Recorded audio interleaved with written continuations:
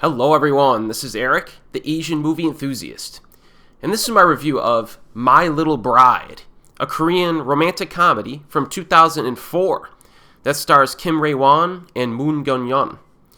Bo-eun, played by Moon Geun-young, is an ordinary 16-year-old high school girl who worries about grades and has a crush on her school's baseball team ace, Jung-woo. Well, one day, Bo-eun's grandfather orders her to marry Sang-min, played by Kim Rae-won, because of a pact he made with Sang-min's grandfather during the Korean War.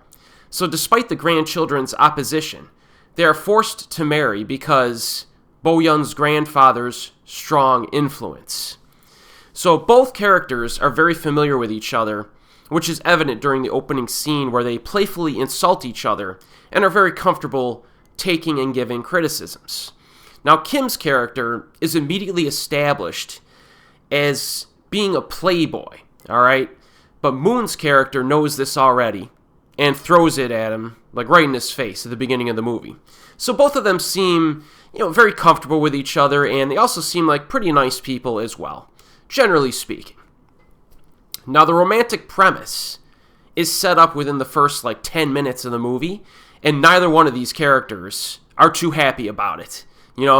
Being forced to marry each other in an arranged marriage. In fact, they immediately reject the idea. But the old-timers in the family need to get their way, and they're not giving up at making this marriage happen. And their excessive tactics create the basis for some of the humor early on. Now, the comedy in this is actually kind of pleasant and G-rated, which helps to soften the fairly controversial subject matter of having not only an arranged marriage in modern day, but a marriage between a 16-year-old girl and a dude who's in his early 20s, all right?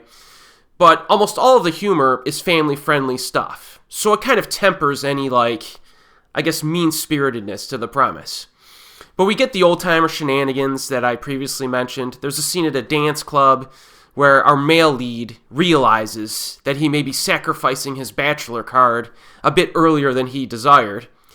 And when they actually begin living together, our lovebirds have all kinds of cheesy interactions, like trying to cook together, having petty arguments, being not so intimate in awkward ways, stuff like that. So it works pretty well, I think.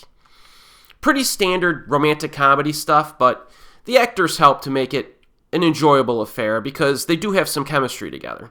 The story is mostly realistic, albeit kind of predictable, lacking any extremely wacky or surreal scenarios, and there's actually very little melodrama or anything like that presented here as well. So it makes the movie very breezy and light.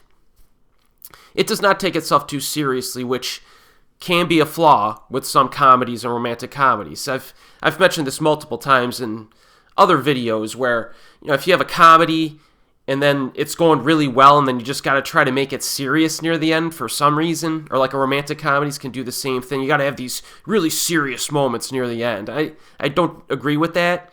And this movie, for the most part, avoids anything too serious. It also mixes up the plot. It shows the girls' school life and some of the interactions there. So it's not just romantic comedy stuff from start to finish.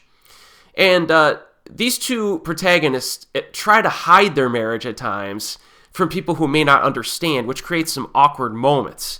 There's a weird sequence during the opening half where after they're married, they're separated on a plane flight, some shenanigans, and they begin dating other people for a few days. And this behavior does creep up again at certain points in the film. And you're watching this man, this is very immoral behavior, but it shows their immaturity because they're both, not that old. And it also shows that their commitment was forced upon them instead of being genuine. You know what I mean? I think that was kind of the purpose of having these side plots for these other romances. But of course, do I really need to tell you how this movie ends? You know what I mean? I'm not even going to say it because I think we all know.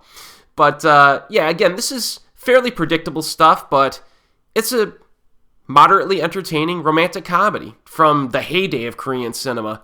So if you're into that sort of thing, I do recommend this. It's a pretty good flick.